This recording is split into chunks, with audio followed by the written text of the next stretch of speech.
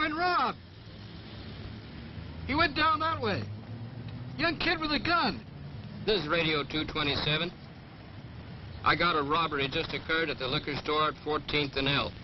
The suspect is a white male, about 20, wearing a red plaid jacket, and he is armed. He ran into an alley in the 1400 block of L Street. Young puppy went down that way. And request assistance.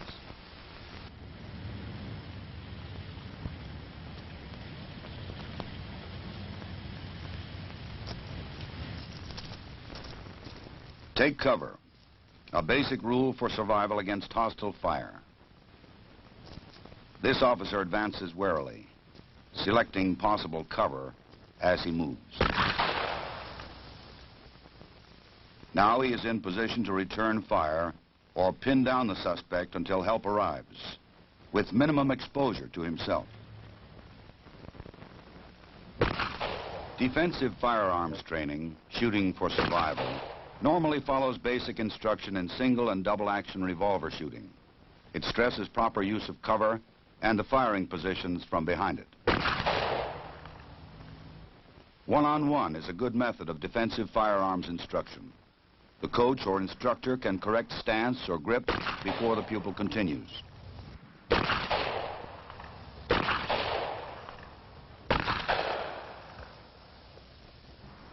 Improved scores from the kneeling weak hand position are immediate. The result of correcting the pupil's bent wrist and forearm are obvious and satisfying. Even good shooters may acquire bad habits when firing from behind barricades. Ready to fire from strong right-hand side, the pupil benefits from another correction. Keeping elbow and knee safely behind cover, thus removing two targets from hostile fire.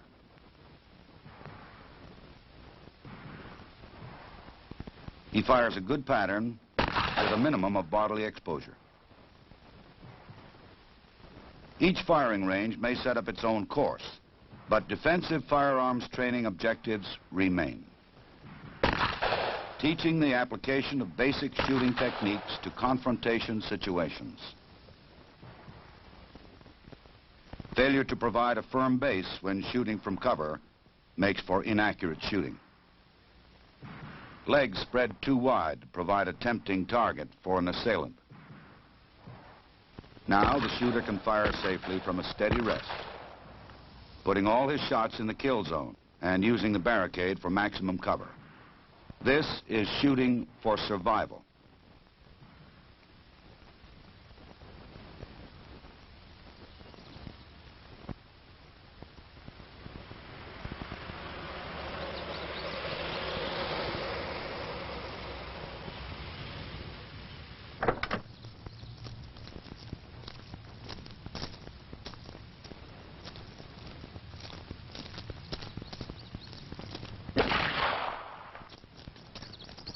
This game warden owes his survival to knowing how ricochet shots may behave.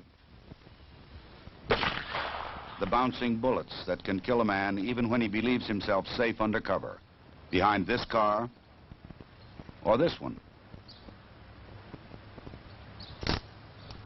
In this demonstration, the instructor aims at a clay pigeon well in front of the car. The rifled shotgun slug does not leave the roadway like a rubber ball at the same angle that it hit. It has ricocheted almost parallel to the ground to pierce the target under and behind the car.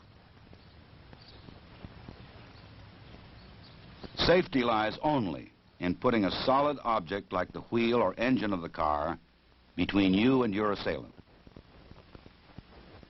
Let's review this surprising effect again.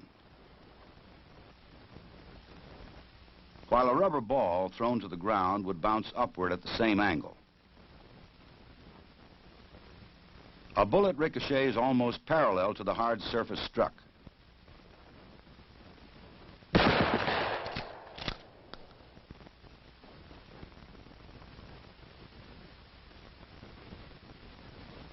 With targets at ground level, the instructor aims at the silver tape, a good deal closer than the balloons. Think of one of these balloons as your head, and you may change your evaluation of safe cover from ricochets.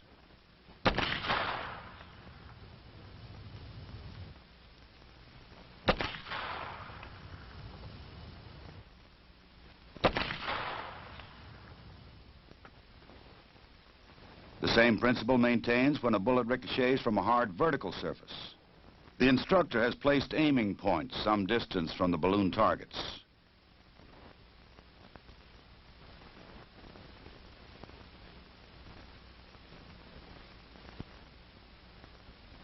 Think of yourself taking cover around the corner, exposing yourself only minimally and momentarily. Would you be safe? Your assailant may even aim wide of the corner, as we see here. But the ricocheting bullets almost parallel to the wall could kill you as easily as they burst these balloons. The lessons taught by these demonstrations might someday save your life. Attention units 54 and 55. We have a 1090 at the Alexandria National Bank, 800 South Washington. First unit on the scene, do not enter the bank until the backup unit arrives. 10-4. This is Unit 54 responding.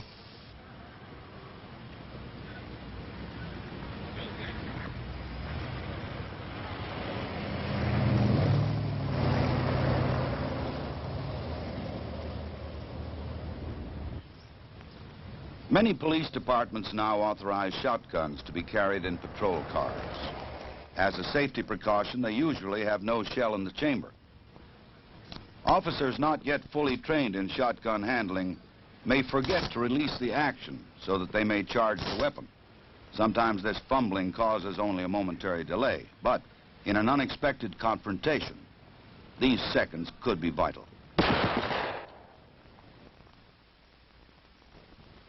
Shotgun instruction, especially with newly issued weapons, must begin with thorough training in gun handling and loading. Releasing the action must become a reflex move, even under stress.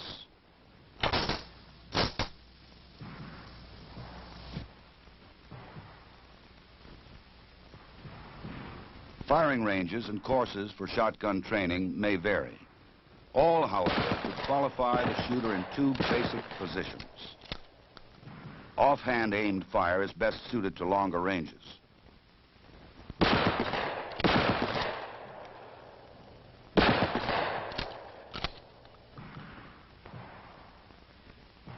Hip firing is used at close range, where most confrontations do occur.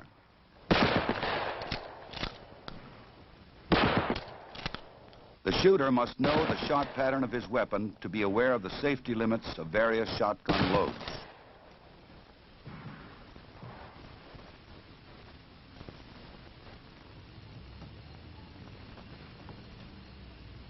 Each year, the FBI Uniform Crime Reports tells the grim story of policemen killed. Some die from a rifleman's bullet fired from ambush.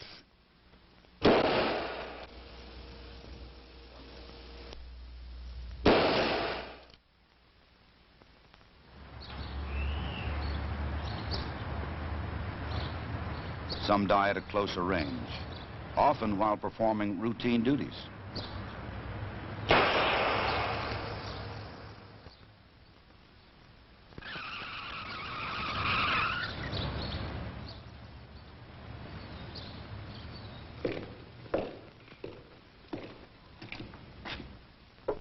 The largest number are killed by handguns at extremely close range, often before they could draw their own weapon.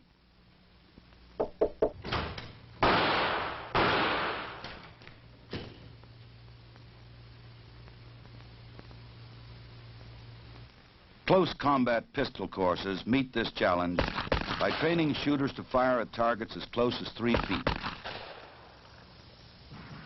They will, however, include firing positions used for fast, accurate shooting at slightly longer ranges, from 7 to 15 yards. The point shoulder position fired from a crouch uses the arm as a pointer, with the front sight as the tip. It should form a straight line from shoulder to front sight without bending elbow or wrist, which would deflect the shot.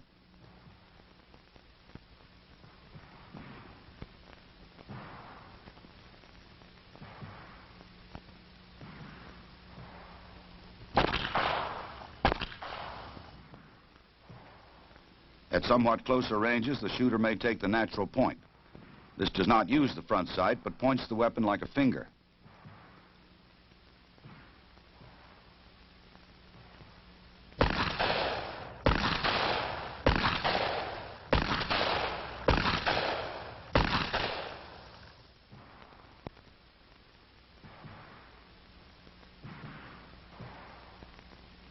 Also fired from a crouch is the hip position. Here, too, the weapon should be pointed at the target like your finger, but the bent arm at hip level makes this position more suitable to shorter ranges, where aim is not as much of a factor as speed. It is, however, on extremely short-range training that the close combat pistol range should concentrate. 2 ready gun positions should be taught. The first has the elbow resting on the hip, the weapon extended for fast pivot if necessary. This position could be used to search a room or to cover a partner at very close range.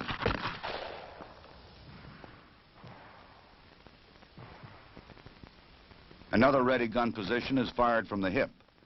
This protects the shooter from the danger of being disarmed at close quarters. After close combat training, you should fire groups like this. Without it, the records show many instances of clean misses in close combat situations, and all too often you get no second chance. To provide a practical and competitive exercise in close combat, the FBI firing ranges in Quantico, Virginia, have constructed a prototype dueling course. Okay, gentlemen, on the line, start walking.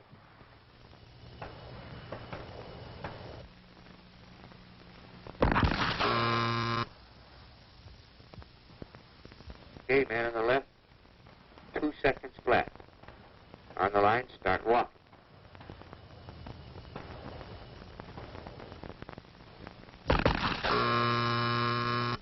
Man on the right this time, 1.25.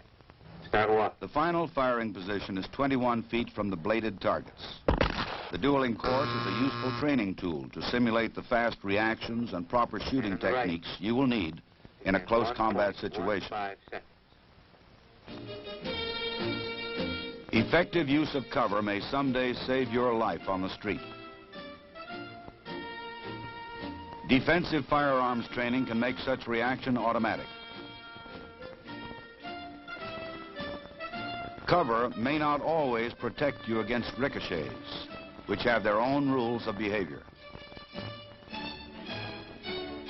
Demonstrations like this convince you of the rules and how best to guard yourself against bouncing bullets.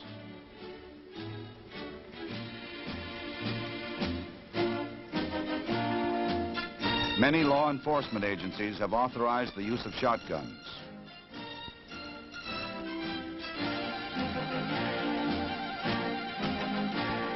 Defensive firearms training should start with thorough shotgun familiarization and range shooting. Statistics show a frightening increase in the number of law enforcement officers killed by handguns at extremely close range. To meet this challenge, defensive firearms training must stress the technical skills which can defend against this threat. Close combat courses which teach shooting for survival.